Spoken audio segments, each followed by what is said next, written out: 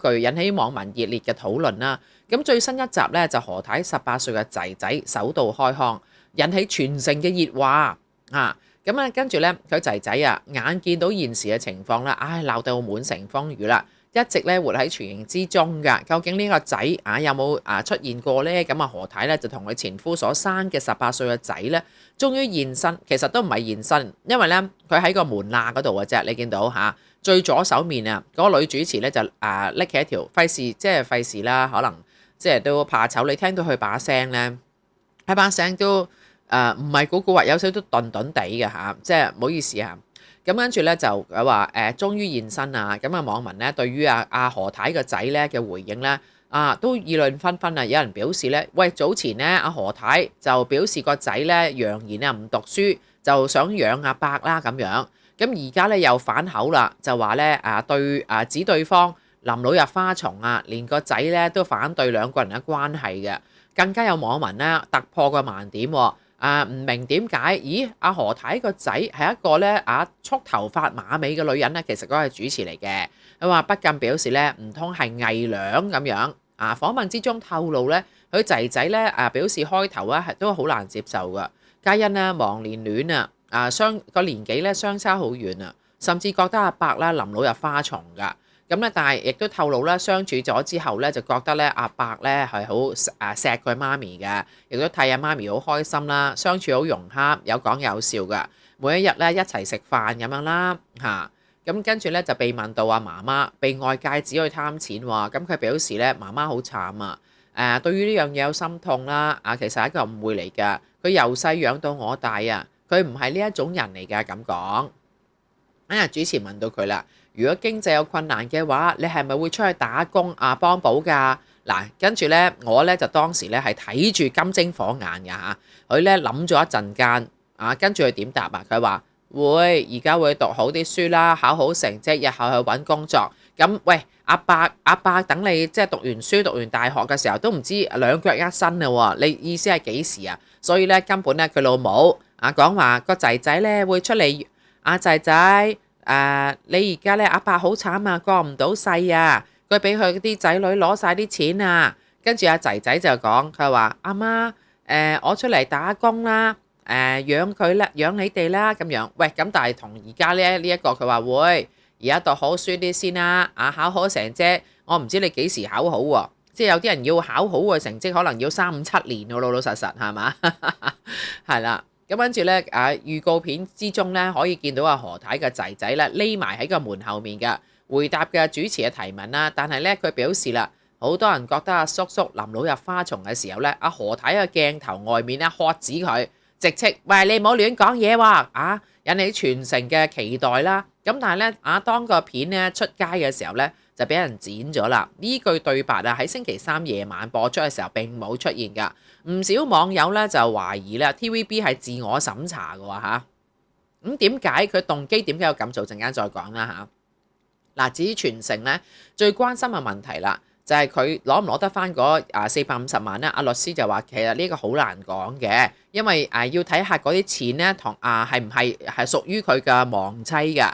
咁亦都睇下佢哋點解兩個問題嘅律師嗰方面。第一就係睇下佢點解要開呢個戶口咧？原來佢開個戶口咧就係俾佢個女去承繼㗎。咁承繼咧即係如果阿伯咁而家個女唔係攞走啲錢嘅咩？咪就係承繼咗咯。個 purpose 已經即係 serve 咗啦嘛，即係個目的已經達到啦嘛。所以咧你攞唔翻啲錢㗎嚇。咁另外一樣嘢咧就係咧嗰啲錢咧裡面戶口嘅錢唔係屬於阿伯自己一個人㗎。要睇下係咪要證明到咧，係即係個太太咧前亡妻咧係之前咧，如果係啲錢都係證明到係屬於阿媽媽同爸爸每人一半嘅，係留翻俾啲仔女去承繼嘅話咧，咁你就好難攞得翻嘅啦。所以阿肥婆佢應該聽住啦。其實咧攞翻呢啲錢嘅難度咧非常之高嘅，而且你係咪會即係銀荷包攞一大筆錢出嚟去時間啦，勞民傷財咁樣去等呢一筆咧係好微機會攞翻出嚟嘅錢。所以咧呢一個故事咧差唔多咧個童話故事差唔多要清醒嘅時候㗎啦。好啦，另外咧佢話由於嘅資料咧顯示啦，阿伯呢一個講咗解釋咗關於律師嗰方面。咁至於網上咧有自稱可伯嘅仔女指啦，會循一個法律咧去即係可唔可以攞翻阿伯使咗啲錢？咁大律師亦都講啦，佢話因為咧佢兩個已經合法嘅夫妻，咁老公咧送禮物俾老婆咧冇得攞得翻嘅。咁呢一樣嘢又係啦。咁如果係咁嘅話，咁啊仔女攞450萬啦，你自己亦都即係識咗阿伯咁短時間，就攞咗即係幾十萬嘅首飾珠寶嘅，咁算把啦，係咪先啊？個問題係話佢會唔會劈低？即係既然攞唔到450萬，咁佢劈低阿伯就同阿伯講聲説一聲拜拜啦。咁另外咧我之後咧我講兩樣嘢。第一樣嘢咧就係我覺得佢點解剪咗佢咧？剪咗一句説話咧，因為我覺得佢應該想收尾啊。即係如果導演或者監製咧，可能覺得喂呢個故事如果你擺嗰句落去嘅話咧，沒完沒了㗎啦，繼續去討論㗎啦。咁或者佢唔想即係置佢於死地啦，或者因為咧。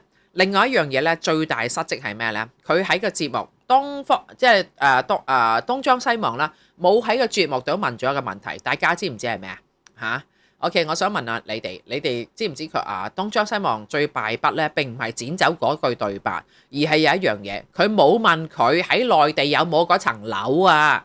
係咪？如果佢喺內地有嗰層樓嘅話，咁佢就公屋富戶，佢要。佢嘅資產審查嘅話，房署就要做嘢。羅淑佩佢喺邊度啊？我想問羅淑佩佢喺邊度？嗱，如果你喜歡我嘅分析嘅話，請你入嚟咧。第一次未訂閱嘅話，請你幫我訂閱、分享、留言、點讚嚇，好多謝晒，係咪啊？你覺得我講得有冇邏輯呢？點解東張西望成個節目嘅4集裡面都冇問過佢係唔係喺內地有個物業寫仔仔個名嘅？